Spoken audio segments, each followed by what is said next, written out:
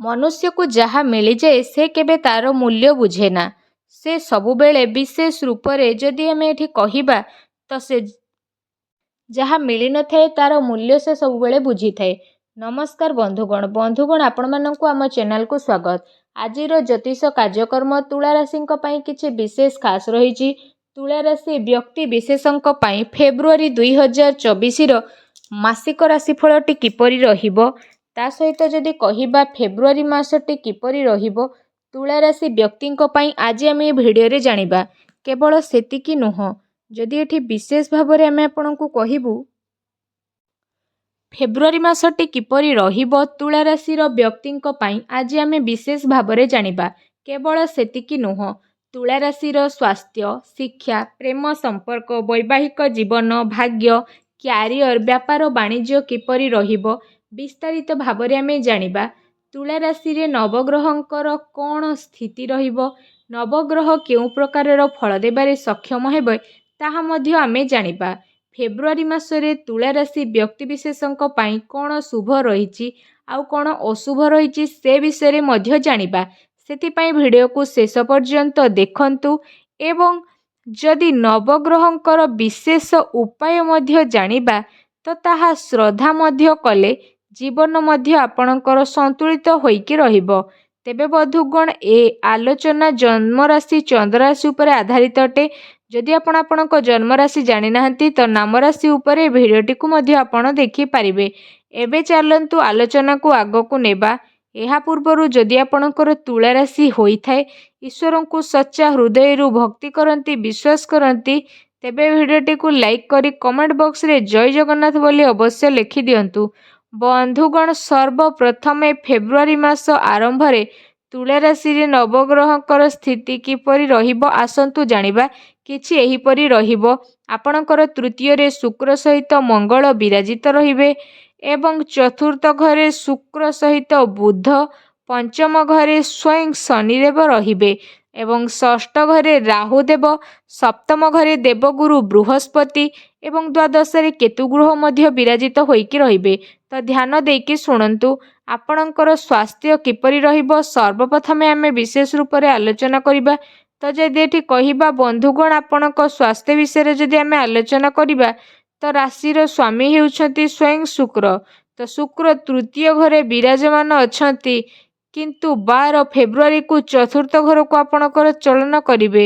କିନ୍ତୁ କେନ୍ଦ୍ରକୁ ଆସିଲେ ଚତୁର୍ଥ ଘରକୁ ବହୁତ ଭଲ ରେଜଲ୍ଟ ଦେବେ। ଯଦି ଆପଣଙ୍କର ସ୍ୱାସ୍ଥ୍ୟରେ ସମସ୍ୟା ରହିଥିଲା, ଯେମିତି ଇମ୍ୟୁନିଟି ସିଷ୍ଟମ କମଜୋର ଥିଲା, ହେଡାକ୍ ଇନଫେକ୍ସନ ଥିଲା, ତ 12 ଫେବୃଆରୀ ପରେ ଠିକ୍ ହେବା ପାଇଁ ଲାଗିବ।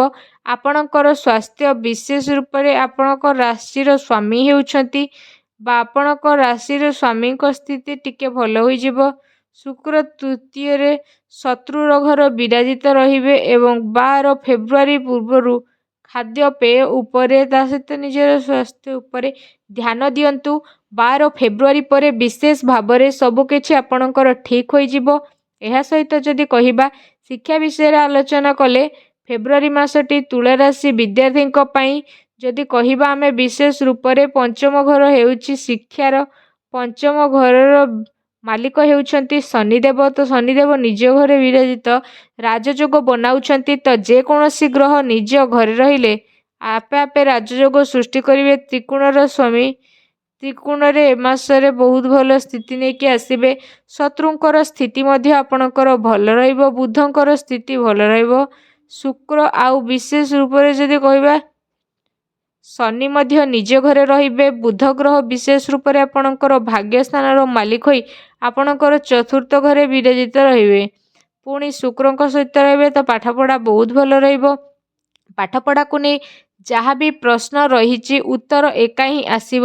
ପାଠପଢ଼ା ଅତ୍ୟନ୍ତ ଭଲ ରହିଛି। ଆପଣଙ୍କ ପ୍ରେମ ସମ୍ପର୍କ ବିଷୟରେ କଥା ହେବା ତ ବନ୍ଧୁଗଣ ପଞ୍ଚମ ଘର ପ୍ରେମ ସମ୍ପର୍କର ଆଉ ସନ୍ତାନର ମଧ୍ୟ ଯେମିତି ଆମେ ଆଗରୁ ଆଲୋଚନା କଲେ ପଞ୍ଚମ ଘରେ ଶନିଦେବ, ସେଥିପାଇଁ ସାମ୍ନାବାଲା ଆପଣଙ୍କ ପ୍ରତି ଆକର୍ଷିତ ହେବେ। ସାମ୍ନାବାଲା ନିଜର ଆକର୍ଷଣ ନିଜ ନିକଟକୁ ଆସିଯିବ। ଆପଣ ଯିବା ମଧ୍ୟ ଦରକାର ନାହିଁ, କାରଣ ଶନି ପଞ୍ଚମରେ ନିଜ ଘରେ ଯେହେତୁ ରହିଛନ୍ତି ତ ଆପଣ ସେଲ୍ଫ ରେସ୍ପେକ୍ଟେଡ଼ ରହିବେ। ଶୁକ୍ର ଆପଣଙ୍କର ଚତୁର୍ଥକୁ ଆସିବେ। ସେଥିପାଇଁ ପ୍ରେମ ସମ୍ପର୍କରେ ଆପଣଙ୍କୁ ସୁଖ ମିଳିବ।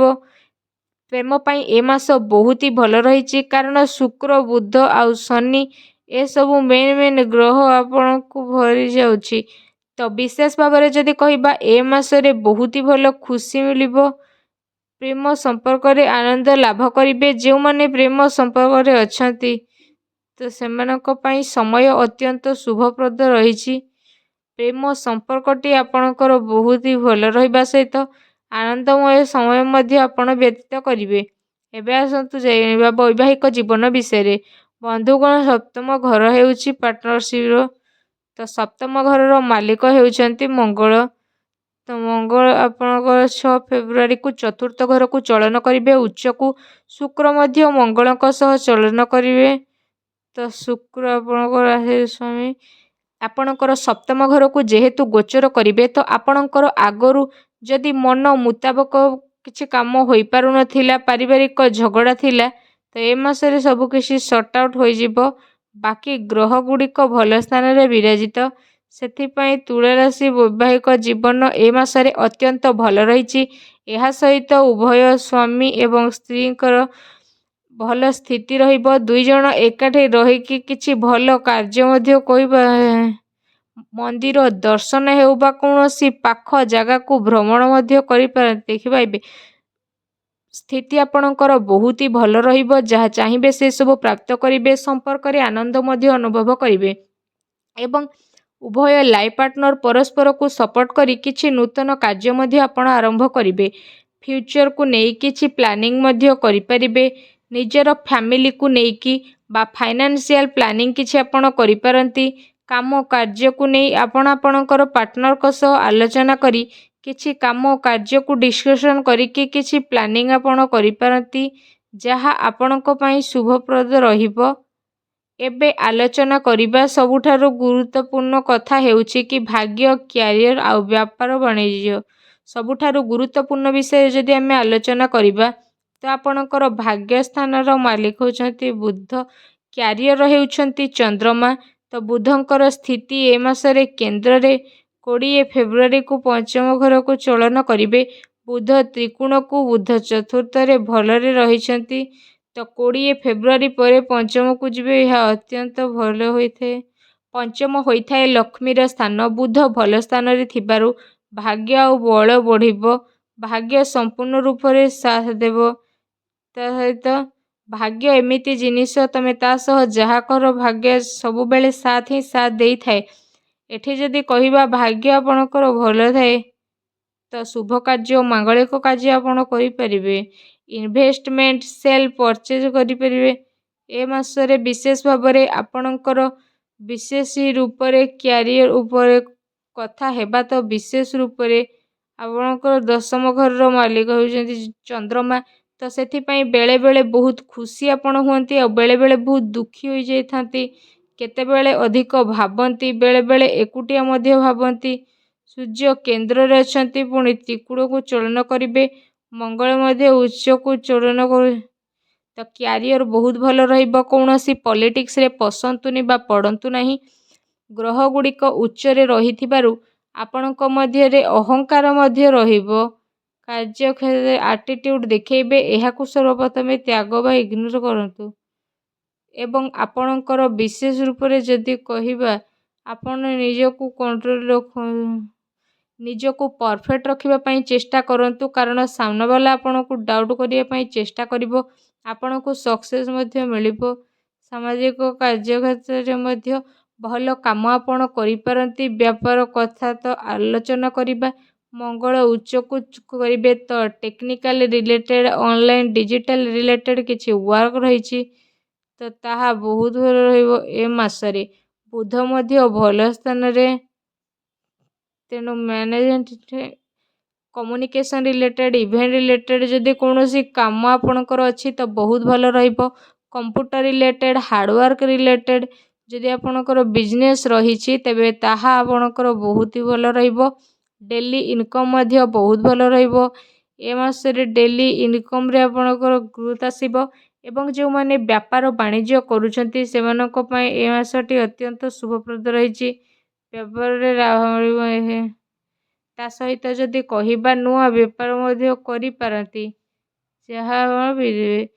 ତା ସହିତ ଆପଣ ସବୁ କିଛି ଆଡ଼୍ ମଧ୍ୟ କରିବେ, ଯାହା ଆପଣଙ୍କ ପାଇଁ ଭବିଷ୍ୟତ ପାଇଁ ସୁଖପ୍ରଦ ହେବ, ଲାଭଦାୟକ ମଧ୍ୟ ହେବ। ତ ସେଥିପାଇଁ ଆପଣ ଡେଲି ଇନକମ୍ କଥା ଯଦି ଚିନ୍ତା କରିବେ ତ ଆପଣଙ୍କର ବିଶେଷ ରୂପରେ ଡେଲି ଇନକମ୍ରେ ପଇସା ଆପଣଙ୍କ ହାତକୁ ଆସିବ ଏବଂ ଏହା ସହ ଆପଣ ଆପଣଙ୍କ ଖର୍ଚ୍ଚର ସନ୍ତୁଳନ ରକ୍ଷା କରିବେ ଏବଂ ଖର୍ଚ୍ଚ ଉପରେ ଧ୍ୟାନ ଦେବେ। ଯାହା ଇନକମ୍ ଆସୁଛି ସେତିକିରେ ଚଳିବା ପାଇଁ ଆପଣ ଚେଷ୍ଟା କରନ୍ତୁ। ଯାହାତୁ ଆପଣଙ୍କର ବିଜନେସ୍ ଭଲ ଅଛି ତ ଛୋଟ ମୋଟ କରିଦିଏ। କହିବାକୁ ଗଲେ ବିଶେଷ ଭାବରେ ଏ ମାସ ପାଇଁ ଉପାୟର କୌଣସି ବି ଆବଶ୍ୟକତା ନାହିଁ। କେବଳ ରାଶିର ବୀଜ ମନ୍ତ୍ରର ଜପ କରନ୍ତୁ। ଆପଣଙ୍କର ତୁଳା ରାଶି ଆପଣଙ୍କର ରାଶ୍ୟାଧିପତି ବା ରାଶିର ସ୍ୱାମୀ ହେଉଛନ୍ତି ଶୁକ୍ର।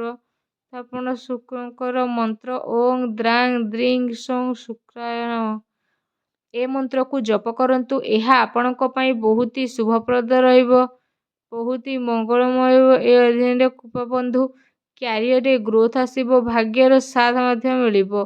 ଏହା ସହିତ ଯଦି ଆପଣ ଯେଉଁମାନେ ବିଦ୍ୟାର୍ଥୀ ଅଛନ୍ତି ତ ସେମାନଙ୍କ ପାଠପଢ଼ାରେ ବାଧା ଆସୁଛି ବା ବିଘ୍ନ ଆସୁଛି, ତ ପାଠପଢ଼ା ରିଲେଟେଡ଼୍ ଯାହା ବି ପ୍ରୋବ୍ଲେମ୍ ଆସୁଛି ତାକୁ ଦୂର କରିବା ପାଇଁ ହନୁମାନ ଚାଳିଶାର ପାଠ କରନ୍ତୁ, ଗଣେଶଙ୍କର ବନ୍ଦାପନା କରନ୍ତୁ ପ୍ରଭୁ ଗଣେଶଙ୍କୁ। ଏହା ବିଦ୍ୟାର୍ଥୀମାନଙ୍କ ପାଇଁ ଅତ୍ୟନ୍ତ ହିଁ ଶୁଭପ୍ରଦ ହେବ। କାର୍ଯ୍ୟରେ ବାଧାବିଘ୍ନ ଦୂର ହେବ, ସ୍ଥିତି ଆପଣଙ୍କର ଭଲ ହେବ। ଆପଣଙ୍କ ଜୀବନ ମଙ୍ଗଳମୟ ହେଉ, ଏହା ପ୍ରଭୁ ଜଗତର ନାଥ ଜଗନ୍ନାଥଙ୍କ ପାଖରେ କାମନା। ଧନ୍ୟବାଦ।